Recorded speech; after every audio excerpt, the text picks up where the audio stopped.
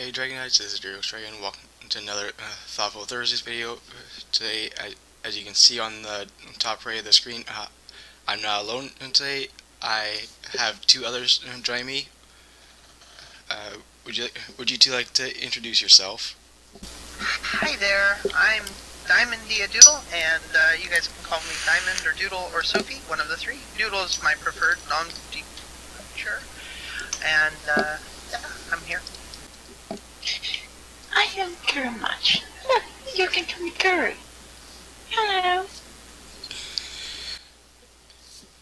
We have a fourth person, but he's unavailable to join us today due to real life issues. But um, now that all the introductions are out of the way, I'd like to say that all my for those who are watching live streams, are every Sunday at 3 p.m. Eastern Standard Time on Twitch. It's twitch.tv/DraycosDragon.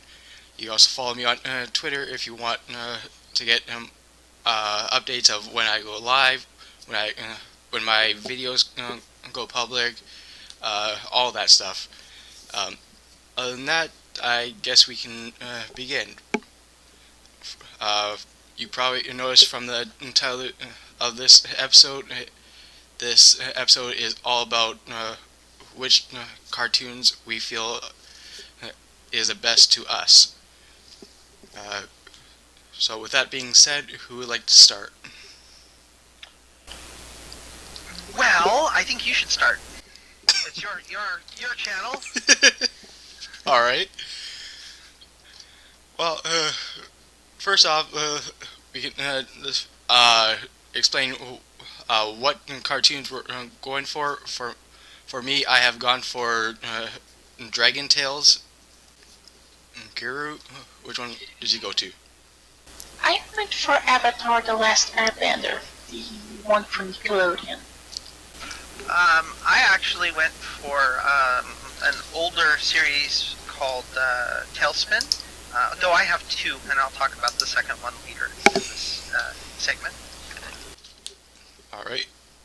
Now that we've mentioned which cartoons we're going for, we'll go for the introductions and why we feel the cartoon we've decided on is the best to us. Since you guys seem to decide that for me to go first, I guess I'll start. The cartoon I went for is Dragon Tales because I have to admit there are so many cartoons out there, and some pretty shitty ones as well. Let's be honest. So it was hard to pick just one, but I guess if I had to choose just one, it would probably have to be Dragon Tales. The reason why is because it showed the show itself showed the creativity that just a simple imagination alone can have. And plus, it also gives lessons to the viewers of many that many things. I can't speak today. That many others seem to fail at, such as how wonderful sharing can be, how beautiful a song can become if everyone playing in the song comes together and shows a little cooperation. And those are just two of the main things that are taught. While some cartoons seem to focus on specifics, Dragon Tales focuses on more than just specifics. Even the songs themselves relating to the show brings up a few lessons as well, such as the power of friendship, the difference between right and wrong, or right and left in this case, or in some cases, and even the colors of the rainbow for those who don't know all the colors. Plus, the show itself shows all kinds of diversity, such as conjoined twins, different races and species, the handicapped, uh, different languages, etc. So what's special about the show? Well, um, each dragon, just the dragon characters alone, each one seems to have their own flaws and, or basically pros and cons, just like real people. Even the song itself mentions some of the flaws, such as there's Org, who's the I'm reading the lyrics off the screen here. It's Org, who's the biggest, though not so very smart.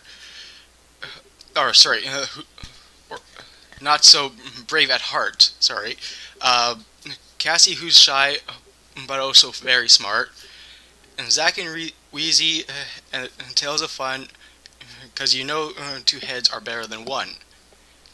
Zack and Wheezy are those conjoined twins that the show shows. uh, but yeah, that just shows how much you can actually learn and uh, share to others just from the show alone.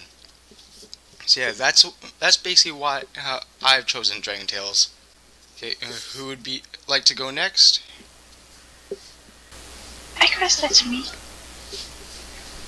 The topic I want to present is Avatar: The Last Airbender. And why I chose this is because this was the first cartoon that I watched in both its entirety that I could understand the story of. As such, it was kind of hard to describe experience because up to that point I hadn't taken cartoons or comics so seriously. The whole story actually shows a lot of the difference between each people and how those differences clash. In fact, one of the central points is the human flaw, and how you can accept it and grow with it. As such, there was a lot of philosophy thrown there in the middle. And it was the first time I had contact with Eastern philosophies like Buddhism, and that came to me at a time where I had certain difficulties with my. I really don't know what to talk about much about it. It's just there's so much symbolism to talk about that's so complex, and it would take a while for me to actually tell everything about it.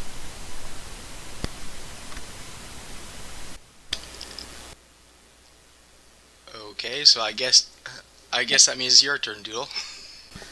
It's my turn. Well, I went with Tailspin for a variety of reasons. Growing up, because I grew up in the 80s, so I grew up with this show originally called Tales of the Golden Monkey, which was a great adventure series. It was kind of like one part Indiana Jones, if Indiana Jones was a pilot of a ship in the South, pilot of an airplane in the South Pacific, kind of doing swashbuckling adventure stuff.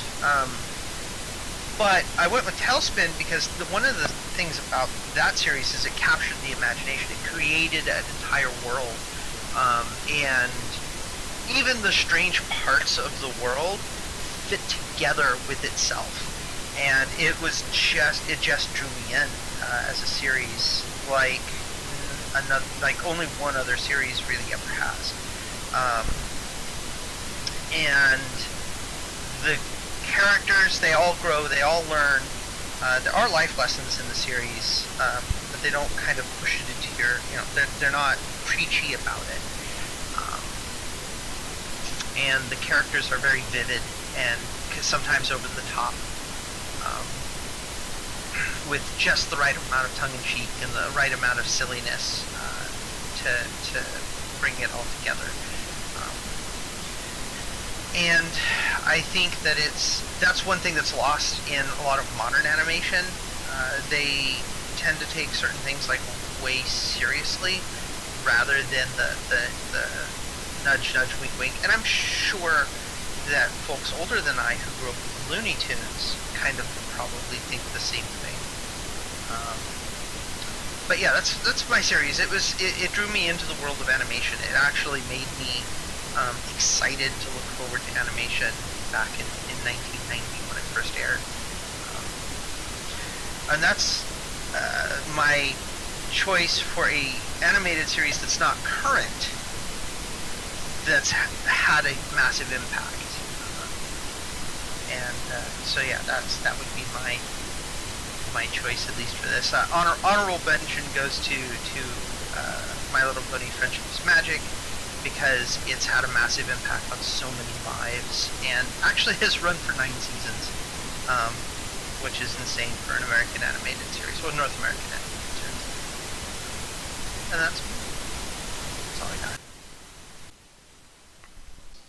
Okay, now we're going into the questionnaire and argument part of it.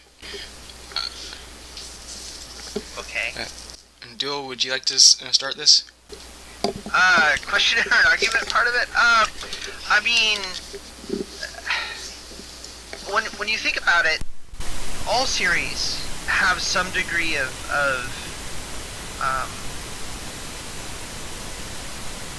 lessons learned. So it's hard for me to attribute, to go and say, well, this series is inclusive, so that makes it better. I mean, Tailspin had a cast that not all of them were the same species. Not all of them had the same culture. Not all of them had the same, gender or even gender expression in some cases. Not all of them had the same walk of life that they came from. And I think that was, but they didn't, like, it wasn't, like I said, it wasn't a badge of honor. Like, they didn't hold it up and say, hey, this is, this guy's different and different's okay. Like, they didn't do that. It was just kind of, oh, that person's different, okay.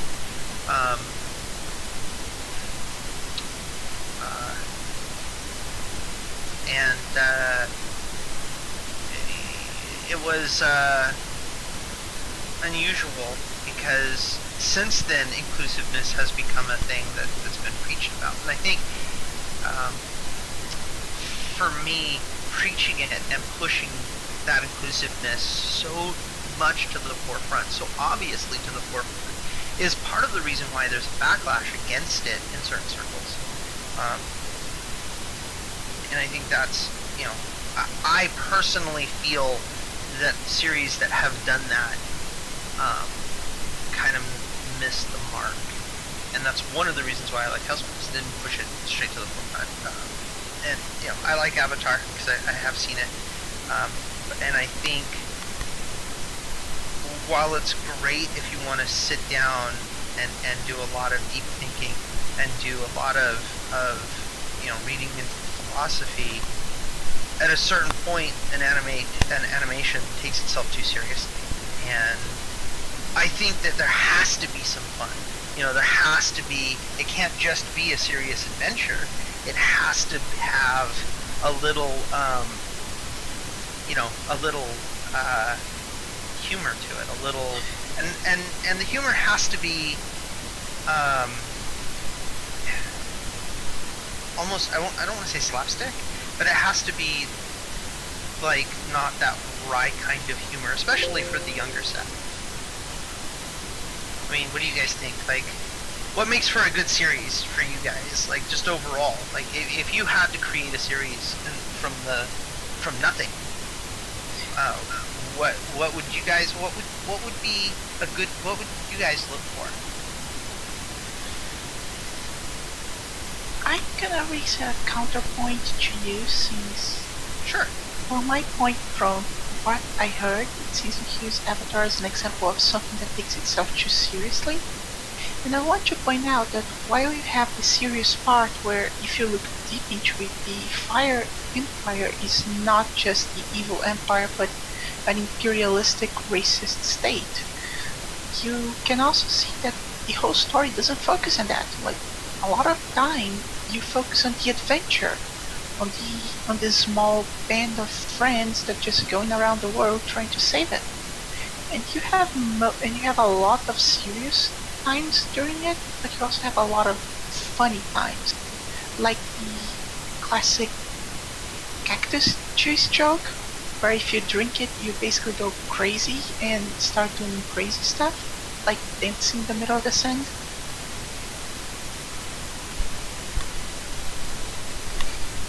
So, yeah, I'd say that now to answer your question, a perfect cartoon for me would be that something that does take itself seriously, but is open to some more light-hearted type of comedy from time to time.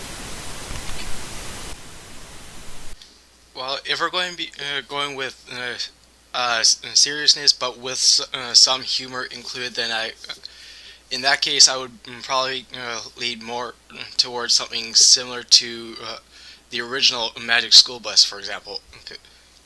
It sure it shows or teaches a lot of the uh, basics of science and mostly science and sometimes math, but uh, other other times it just seems like they uh, certain characters seem to add too much humor sometimes. Uh, but as for Avatar, I'm kind of questioning that because uh, they always seem to uh, go against what's known as the Fire Nation. I mean, I understand that most of the, as the show says, Fire Nation uh, uh, does seem to attack everyone else, but not all of them seem to be as bad as they make it seem. Yeah, because that's the point. The Empire is not bad. In the Empire is bad as a state, but the people within it are not. That's what I meant by the human flaw. You believe that every person within that empire is an evil person, then you're thinking wrong. Because the very first episode of the third book, this is gonna be a bit of a spoiler, they show up on a village within that nation. And the people there are nice. They're okay people. I don't think it's much of a spoiler if it's been out for so many years now. No, it's Yeah. not much of a spoiler. Okay, so I can go further than that. The whole point of that episode is that Aang wants to learn firebending, so he enters a firebending school. He quickly learns that everything that he learned about the Fire Nation, that they are all evil people that just want to enslave the whole world, is false. They're normal people with normal lives who want to have fun, who have families, and just want to be happy, and just get lied to by their government to support a war that it's not justified. And yet the show itself shows that even he's against the Fire Nation. Yeah, that he's against the Fire Nation as is, not its people. Because, and this is the ending of it, one of his best friends is actually the prince of that nation, Prince Zuko, which he ends up learning firebending from in the end. And that guy takes over the Fire Nation, and it just does a complete 180. The nation stops being evil, and you start seeing it as more of a misled people.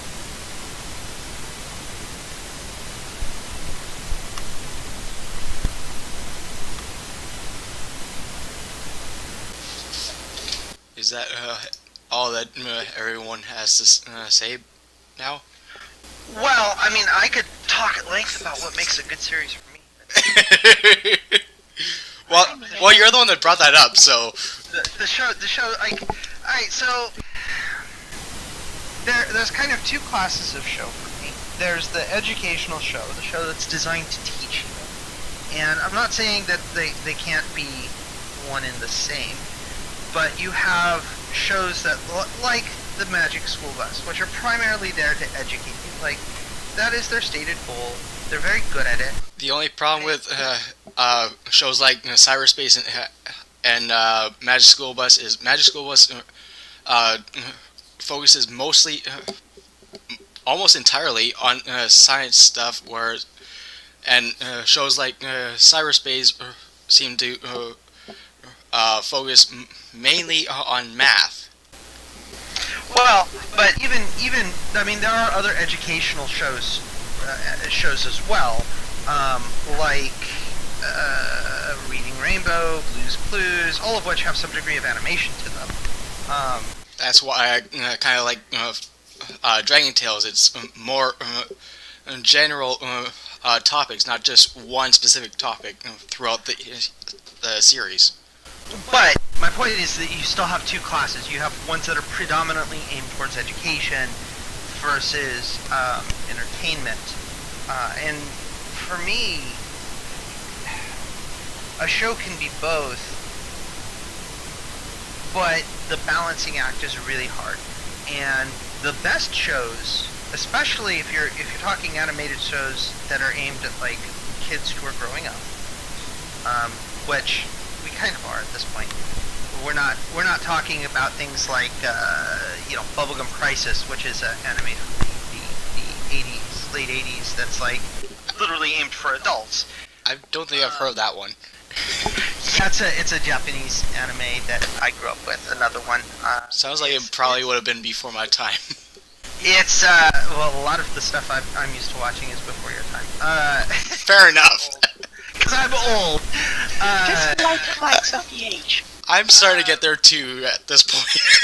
Well, trust me, when you hit 40 and someone says, "Hey," and you reference, hold on, and you reference a character, and they go, "Who's that?" And the character was massively popular when you were growing up. Then you can. Oh, I do get that a lot, and I only turned 30 about 2 weeks ago, or 2 years, 2 months ago. I always, every time I bring up Static Shock, everyone's going, "Who's that? What's that?" So let's talk. So let's talk about the A-Team and Knight Rider, and shows that were massive when I was growing up. But see, everyone would go, "Who the hell's Michael Knight?" If we went for more general shows, not just specific shows, then we would be here all day talking about it. Well, yeah, we would. But like, there's an anime series that I used to watch growing up, like God, what's another good one? Like the original Ghostbusters series, which had nothing to do with Ghostbusters, the movie. I say Ghostbusters and you think of the movie, or the real Ghostbusters, which was the animation, the cartoon based off of it. But well, actually, movies, apparently there's the original two, but apparently they made a third one recently. Yeah, I've seen the third one too. Apparently that one sucked. But there is a animation, a cartoon that predates Ghostbusters, the movie, the first movie called Ghostbusters. Nothing to do with the movie. I remember them bringing it back in the 90s. Well, that was the real Ghostbusters, though. That wasn't the original series. So, actually, some networks actually started bringing back the original around I think right after the quote-unquote real Ghostbusters started airing. Yeah, probably, because it was aired in competition with, but there was another series, is my point. I'm just sitting here contemplating the fact that I'm in my 20s, and people forget that Sonic had an actual TV series that was pretty fucking popular in the early 2000s. No, haven't forgotten it. But it wasn't like we were asked to choose like the best series for us, and I tried very hard to avoid My Little Pony Friendship is Magic. If we went to some one specific show for all of us, we would even be here even longer. Oh God, we'd be here for hours. But see, the thing about that is that like if I start talking about MLP, I could do an entire show by myself on MLP. So like I was trying to avoid that. I was trying to avoid that with superheroes as well because I have like 2 or 3 different shows in mind right now. I have to stop myself when I start talking about Star Wars, about the stuff, because I can go into everything about it. So and not stop. you and I should do a Star Wars segment at one of these points because I was a part of Saber Guild and did fight. Anyway, we're getting off topic. I don't know how we got on that. So for me, a series has to walk that fine balance between being entertaining and being educational. Because if you skew too far in one direction or the other, it doesn't benefit. It doesn't benefit society beyond being entertainment, or it doesn't benefit people. It won't draw people in to benefit people because it's too educational. Like, there's a fine line to walk there, and the characters literally have to be engaging. They have to pop off the screen. You have to be able to relate to them more than just that. Oh, I'm gonna go watch my favorite character do something. And you see this a lot. And I know I said I was going to try and avoid the friendship is magic thing, the My Little Pony thing, but you see this a lot in the Brony community. Folks will go, "Hey, what would Twilight do? What's the friendship lesson in this situation?" Like, they literally ask themselves those questions. And for me, that's what makes a series like, just like a cut above, is when you start asking yourself in a daily situation or in a situation that's troubling. If you say, "Hey, what would X character do?" That tells me that a series has become relevant, that a series has actually had a massive impact, and that's what makes for a good series.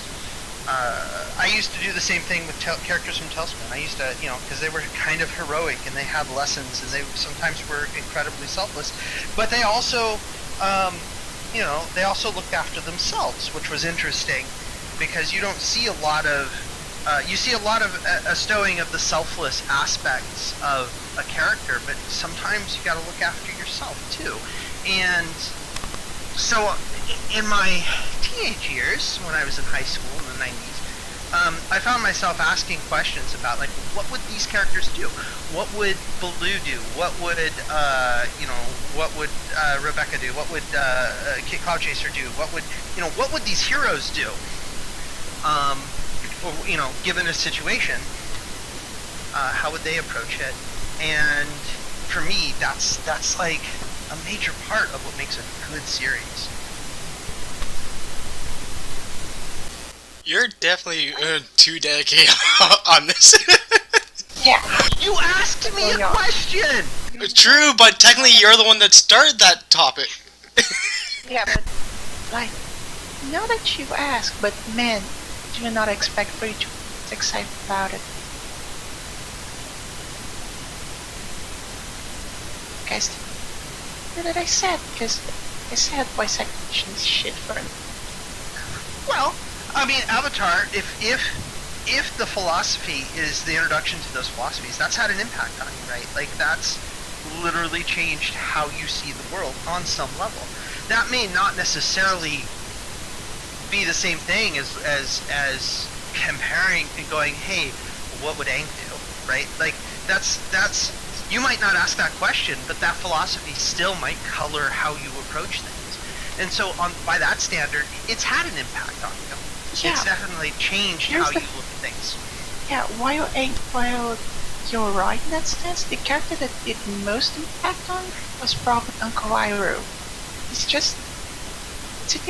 a different way of thought, because I think you kinda, by season 2, you kinda know what he's gonna do, you kinda know his philosophy, you know what to expect from him.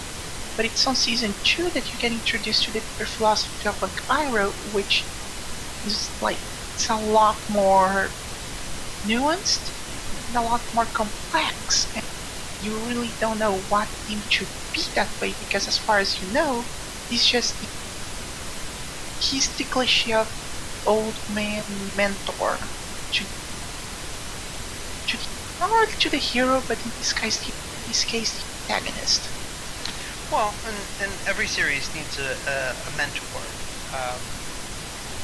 Yeah, like, but Well, that's kind of a given. yeah, it's part of kind the of hero's journey.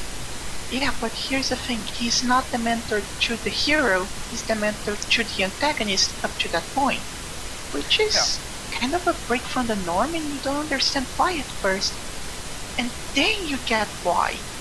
It's only much later that you understand why. Well, and that's a great thing about shaking up the traditional myth structure, what they call the journey of the hero structure, is that you can change things. Unfortunately, I wish that I could say that Tailspin aspired to such lofty heights, but it did not. It skewed more towards entertainment.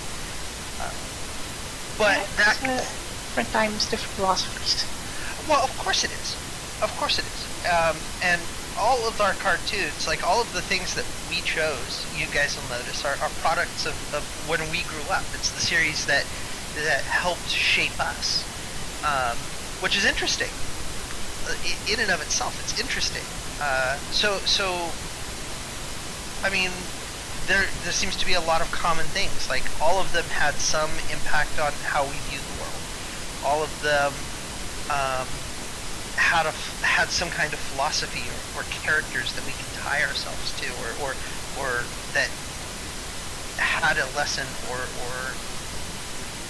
had something that captured our imagination. God, I wanted to be a pilot so bad after Tailspin. I did. I even applied to get into the Air Force, and then my vision went to shit, and I couldn't fly planes. But I wanted to be a pilot so bad growing up in part because of Tailspin, in part because of Tales of the Golden Monkey. Which, if we ever do a live action, like, lost gems of live action, like Tales of the Golden Monkey is going to be like right up there for me.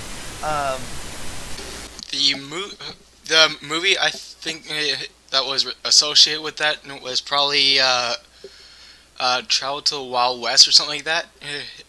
I remember that one when I was growing up because my grandmother used to have it, and I recall it brought up a lot of seriousness about what it's like to travel.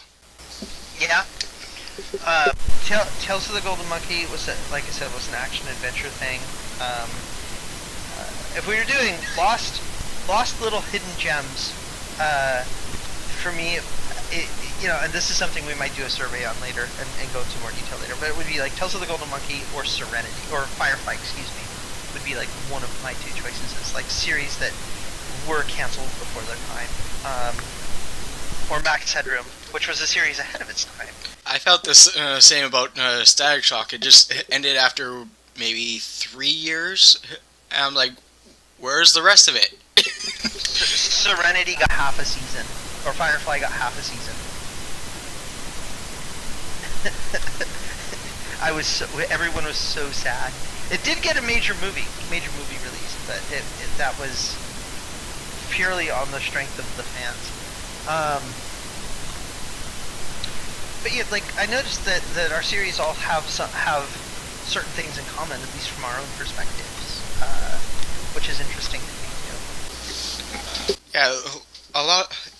If you think about it, a lot of the cartoons, at least in the 80s, 90s, and early 2000s, it was all based around teaching the viewers about certain things.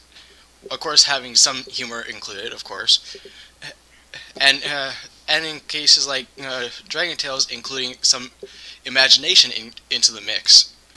Yes. But a lot of shows actually don't do that as much as they used to. Like, what was that one show? I actually can't remember it now. Well, I will tell you that Friendship is Magic does not talk about imagination much. They talk about life goals and lessons. And they're a series. They're like, as your listeners will probably know, it's an incredibly popular show. Even now, after 9 seasons, and them kind of closing it off and being done with it, because they just announced last week that season 9's going to be. Even with that, even as old as the fandom has gotten, it's still an incredibly popular show. But it doesn't talk about you too much using your imagination. It's all about friendships and problem solving and how to get along with other people and yeah, sure, there's some adventure there. There's a lot of humor there, but there's a lot of heartfelt moments too, and a lot of tragic moments in the series. And the series, when viewed through the lens of an adult, is actually pretty dark in some episodes. But modern series, I guess it would depend on if you're talking about the original or the re-released version. That's obviously super popular nowadays. Yeah, I was talking about Friendship is Magic. Yeah, because the original one was vapid. And, I mean, yeah, I grew up with it. I think that's the reason that everyone assumes that it's entirely girly. Yeah, it's so. I mean, come on. The current series deals with things like depression and suicidal tendencies, and and this is not stuff they call out and say this is a suicide attempt. But there is an episode where a character does attempt to commit suicide. And that's the current series. Some of the fun, some of the entertainment for entertainment's sake has been lost. And some of that imagination, some of that, the characters using their imagination, the characters. I mean, we do have an episode, one episode, I think, of Friendship is Magic that deals with imagination. Actually, two. We have two. Thinking about it, there's a season premiere that deals with imagination, which gave us one of the best lines of the show. But even Tailspin didn't deal so much with imagination, and I think that's something that's been kind of lost. The series itself was highly imaginative. Yeah, I think the only other show I can think of right now that had imagination included was probably Blue's Clues. Yeah, Blue's Clues. Hey, they're making a new version of that, by the way. I know someone who went to, I actually know like 2 or 3 people who went to the casting call to be the new owner of Blue. To be a new Blue's Clues, which I'm actually, I probably won't watch it, but I'm excited that it's coming back. Because I don't have time. I don't even have time to stay up on the current series that I'm trying to watch. But you know, so that's great. That shows that encourage imagination. You know, thinking outside the box or just being imaginative and creative are coming back, because I think, especially in our, we need more then. We do. Oh, definitely. Especially in our post 9/11 world, where taking for example of ML, the reason I hate it so much is because I cannot take it seriously, because it tries to sell itself as a kids show, meant to fun, to something that could sit a child in front of a TV and enjoy, but at every turn they try to put some serious message on it, and it turns it into this disgusting mess that just creates more disgusting mess.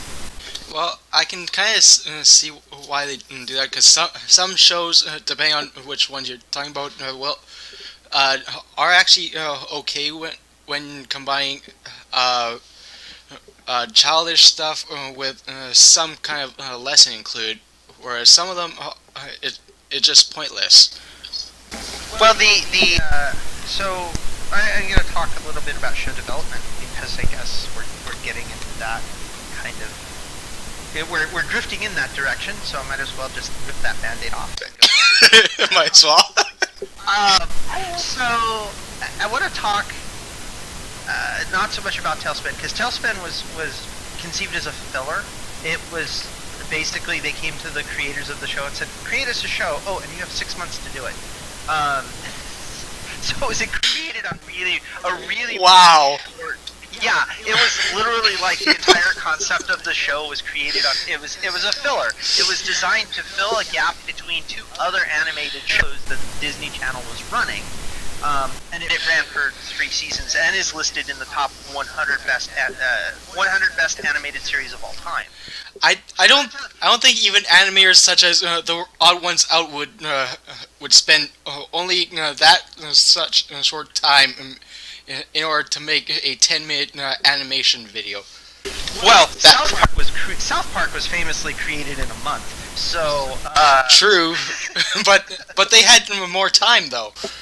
no, well, they had more time, but they didn't do shit with that more time. They waited until the last minute and created South Park in a month.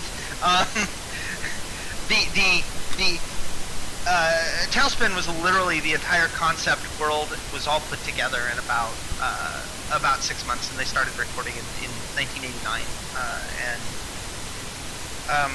But let's talk about we'll talk about the intent of creators, because I know a few of these creators now. Being a person who's run a convention with creators from shows coming to my convention, right? We'll talk about Lauren Faust, who famously helped create Foster's Home for Imaginary Children, or Foster's Home for Imaginary Friends. Imaginary children. Well, I mean, remember that one. it was a great series. Like, it won Emmy Award. It was Emmy Award nominated. She helped create Powerpuff Girls. The original, not the remake, because apparently the remake was horrible. I thought the Cartoon Network had that. They do. I mean, they do. The same way that they had game make Samurai Jack make the last season, and it was awesome. But she created, and I keep going back to. I should have just said My Little Pony is probably my favorite series because I keep going back. Obviously. I mean, it is the series that has actually had the greatest impact on my life. So, I mean, like, I don't want to say it's like the best series I've ever seen, because it's not. It's definitely a flawed series. But You're not the only one that keeps going back to certain series. I keep bringing up Static Shock too. yeah, exactly. I am the person here that actually managed to not go back to Samurai Jack at all. Well, you just did. Yeah. She's got you there.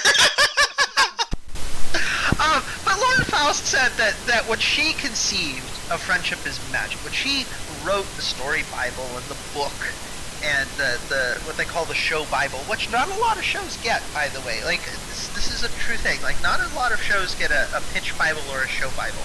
That's usually considered a lore then.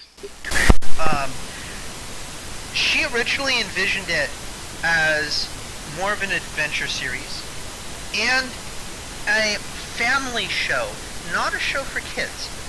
And that's a very important distinction. Whereas Tailspin, DuckTales, both the old one and the new one, and I'm trying to think, what other shows did I grow up with that I can pull off, the Darkwing Duck, which are all Disney shows, strangely enough. All of those were very definitely aimed at kids. They were aimed at that 8 to 14-year-old set. They were aimed at kids.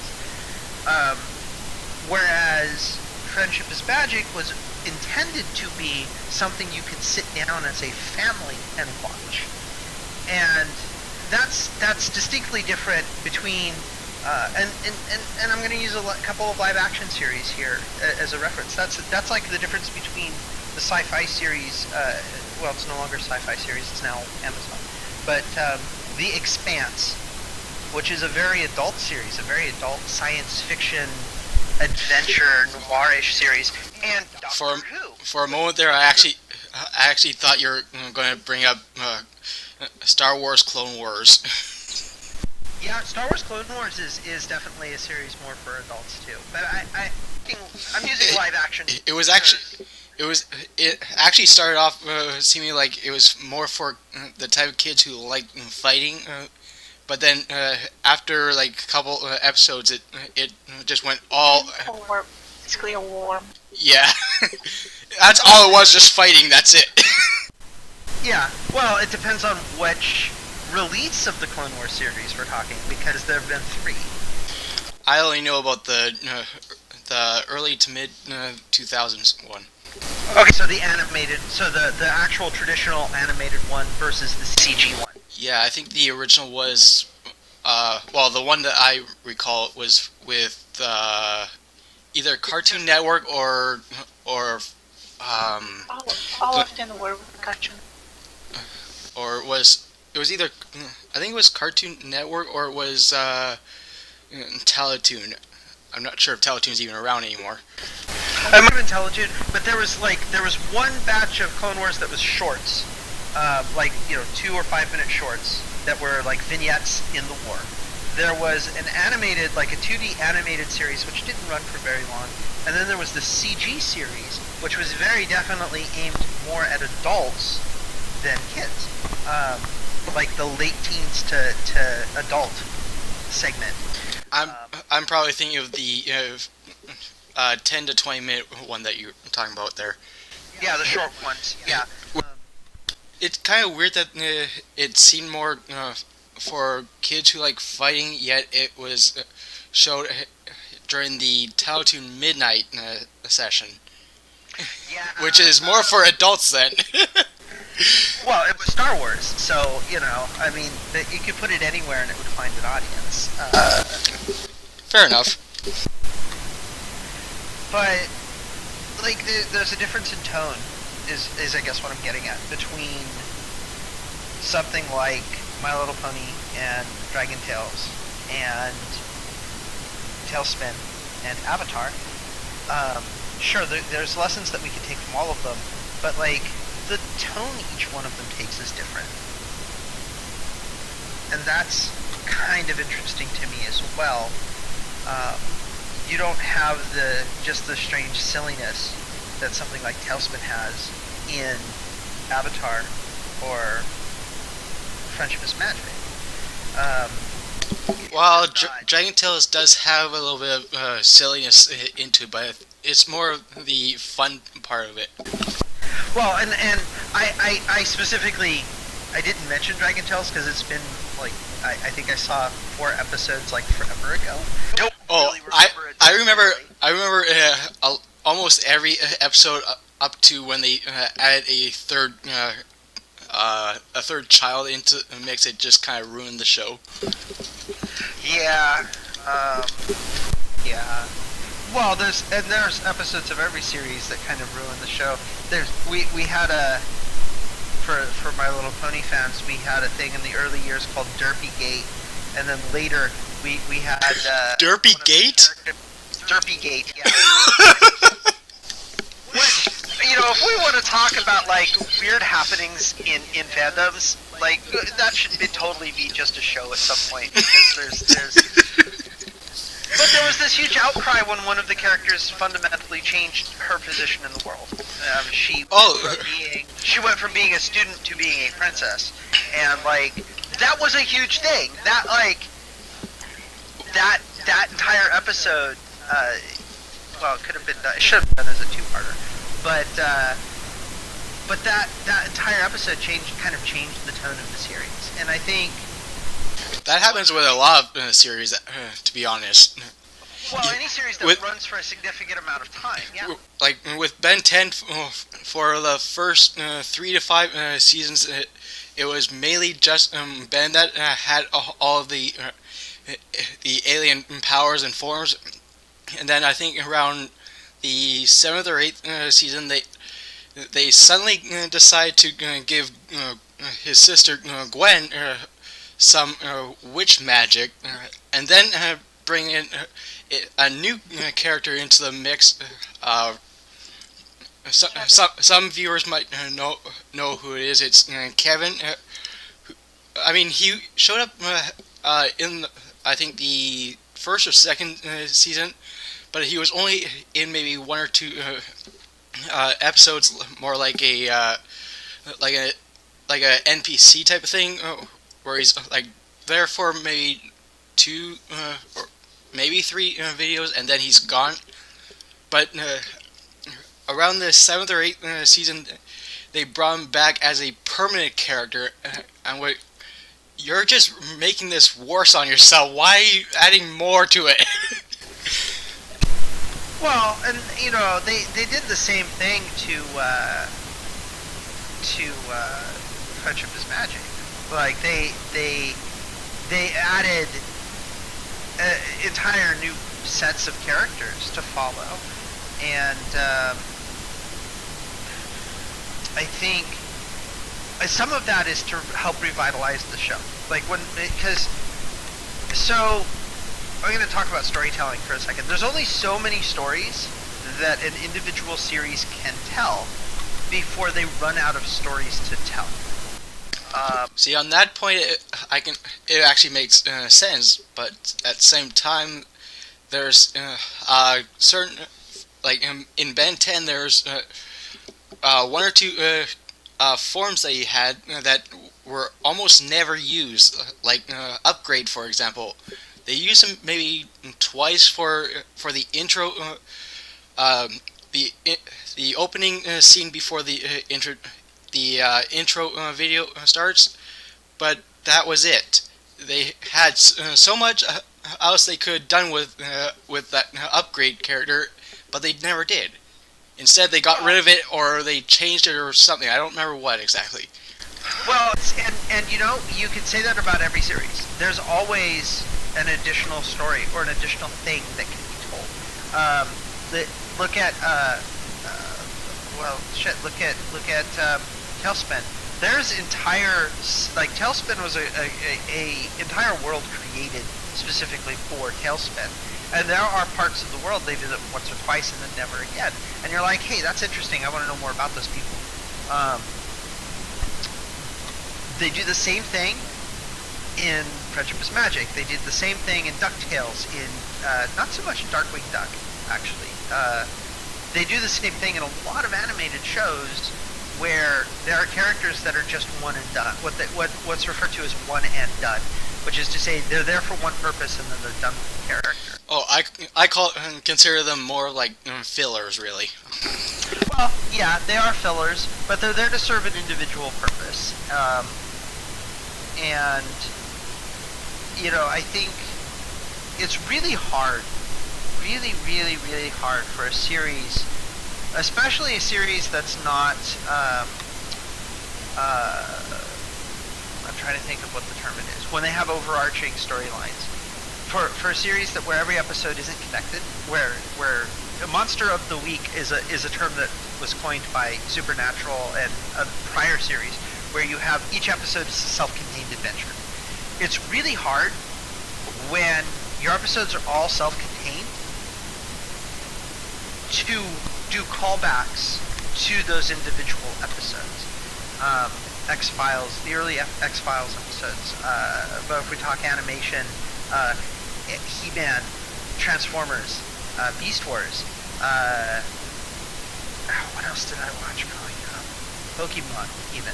Like, each episode stands more or less on its own. And it's really hard to build a cohesive narrative that involves those one-off characters.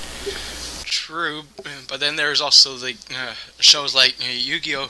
That don't really focus on anything specific. They just seem to throw in more matches just to make up space, basically. Well, Dragon Ball Z does the same thing. Well, Dragon Ball Z also takes 2 or 3 episodes just to charge up one character. Okay, fair point. Those voice actors get paid well for those noises. Actually, they don't. I had a talk with Ian Corlett, who did the voice of Goku. Anyway, but it's hard. And one of the nice things about Avatar, The Last Airbender, is that it is a cohesive narrative told over several seasons, and then the spin-offs even have their own cohesive narratives, and that's something that is not normally a North American Western animation thing. Because it was more of a thought industry. Users don't the children will to follow the story. It was debunked by the very simple game.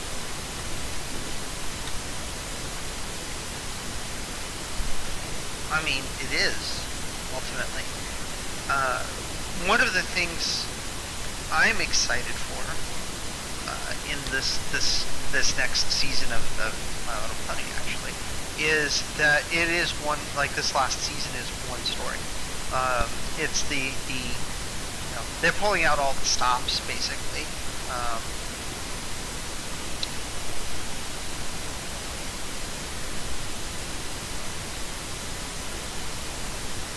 And so it'll be interesting to see what they do with that. But cohesive stories, it's not like you look at anime. You look at Japanese animation, anime, and you have even Dragon Ball Z. There's a cohesive story. Even those 3 or 4 episodes where a character spends powering up, it's part of a cohesive story, right? Like you have the Tournament of Champions, which is one story. And even the minor characters kind of get their due in that story. I find that in the Dragon Ball franchise, at least in my opinion, it's actually Dragon Ball GX that has all the story in it. Well, but even the earlier ones do, whether or not when they were brought to the Western market, those remained intact. Even those earlier ones, there was story involved. It was a cohesive story. And sure, the cohesive stories might have only been an episode or 2 or 3, but they're still tied together. Now, this has changed with the advent of streaming services, and I'm going to use Netflix specifically because Netflix is doing. They have a number of animated shows that are one cohesive story. You look at Voltron. Voltron ran 8 seasons. I think it was 8 seasons. It might have been 7. And it's one cohesive story. Like, it's literally all one story. That and it's a Western animation rather than, even though it's based off of an anime, it's a Western animation, and it's that shift in storytelling structure has started here in the West, which is it's only taken 30 years. But that's something that a lot of shows don't do. And I like Avatar for that reason. I like, but I also, at the same time, I really like Tailspin because each episode is a standalone episode. I don't have to. Here I am. I want to sit down and watch an episode of a series. I don't have to watch all the episodes that came before in order to enjoy that episode. And so I guess there's strengths for each one. I'm sorry, I'm dominating this conversation. You and I you've been talking the most, and I'm just adding to it and curious and just in the background and listening to everything. I mean, it's your podcast. I'm not used to talking this much. Anyway, we're coming up to almost an hour of this already. It's true.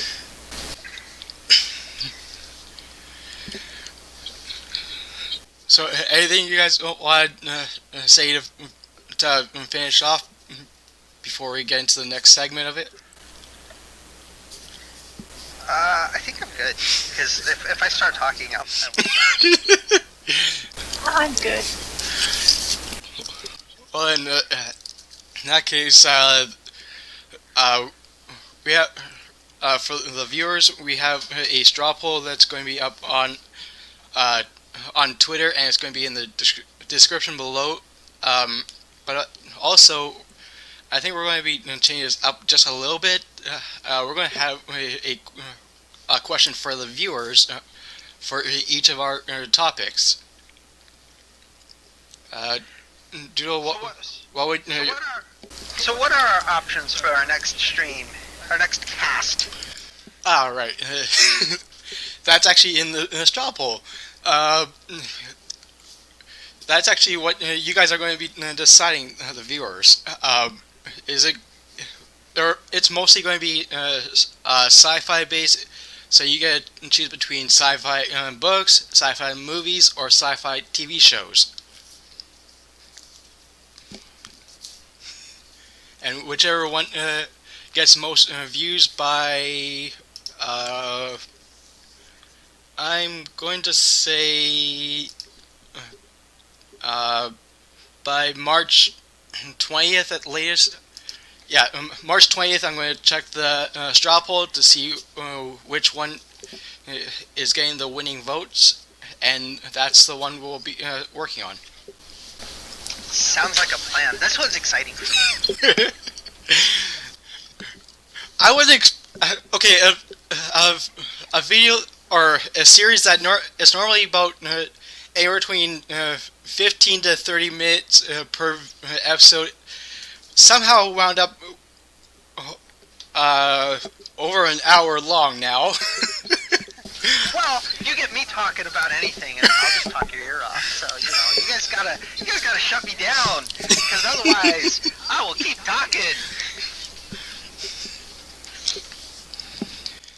Anyway, Duel, what would your first question be for the viewers? My first question for you viewers, tell me what series is your guys' favorite show? Like, your guys' favorite animated series, and why? Actually, in that case, why don't we just say favorite cartoonish series in general that includes digital animation, childish cartoons, etc. Yeah, of course. Like, just in a broad sort of way. Like, what is your guys', you, my viewers, or our viewers, our listeners, what is your favorite show? What is the show that has either inspired you, or driven you, or shaped you, or what's the show that you enjoy watching the most? Like, we want to hear from you. That's my question. What are your guys' thoughts out there? And my question for you guys, for the viewers, I'm going to save mine for last. Kiru, would you have something for the viewers? How did you feel when you watched a cartoon change your perspective in life? Oh, okay. Now for mine, this is an opinion-based question. How would you, the viewers, feel if we did a group episode like this more often, not only as episodes on YouTube, but as a live stream on Twitch?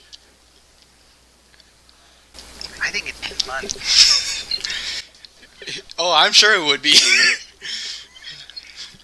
We could even spice things up, include getting, taking shots or something. Oh, yeah, drunk stream. If we do a drunk stream, I get to be the one to dictate what we drink. I bartend, for crying out loud. I have my alcohol with me, Canadian Club Premium 1858. I make alcohol. I actually create my own alcoholic drink. Actually, two of them. I actually brew. I make ales, ciders, meads, whiskeys. Oh, I'm talking more like a cocktail. Oh, I also do that too. I bartend, like I said.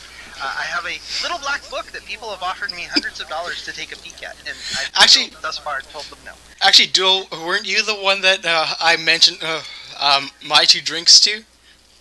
Probably. I think it was nearly a year ago now.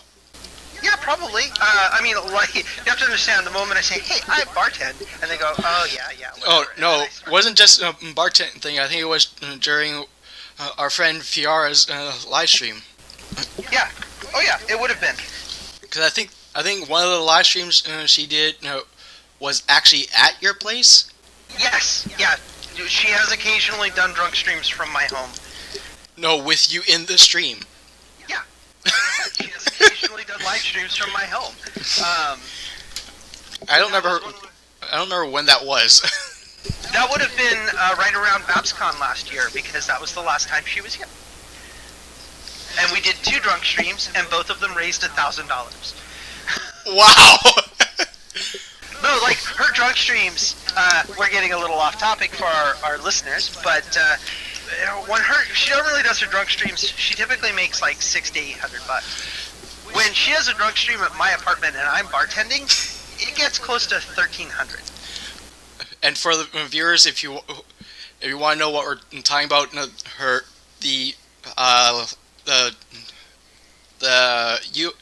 the links to both of Fiara's YouTube and Twitch streams will be down in the description below.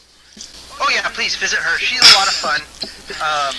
I occasionally do guest spots on her streams. I'm usually a gamer. I sometimes join her for MechWarrior Online. We occasionally have done joint streams in the past. She's a lot of fun.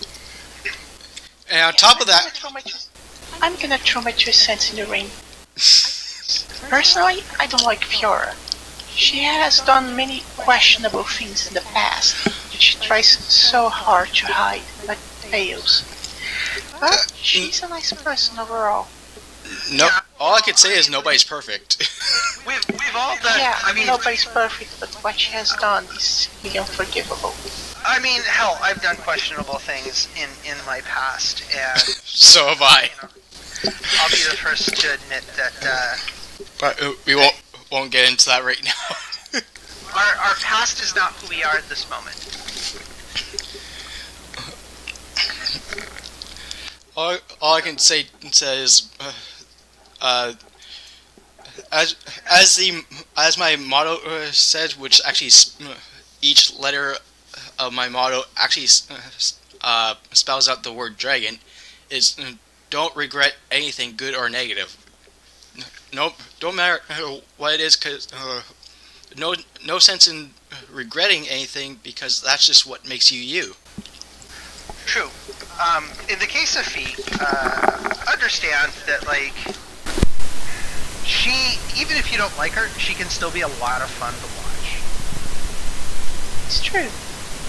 So, anyway, that's all I've got for this particular stream. Otherwise, we'll be here for another half an hour, 45 minutes. It'll be 2 hours. Stream? This is a recording, remember? Is it? Okay. Recording. How smart I've been today. We've been recording for over an hour, almost an hour and 10 minutes now, and you've forgotten? Yeah, I'm a space case. Hello, I'm a con chair. I don't remember half the things people tell me. But yeah, no, it's been a pleasure, guys. I'm looking forward to next month. It's going to be fun.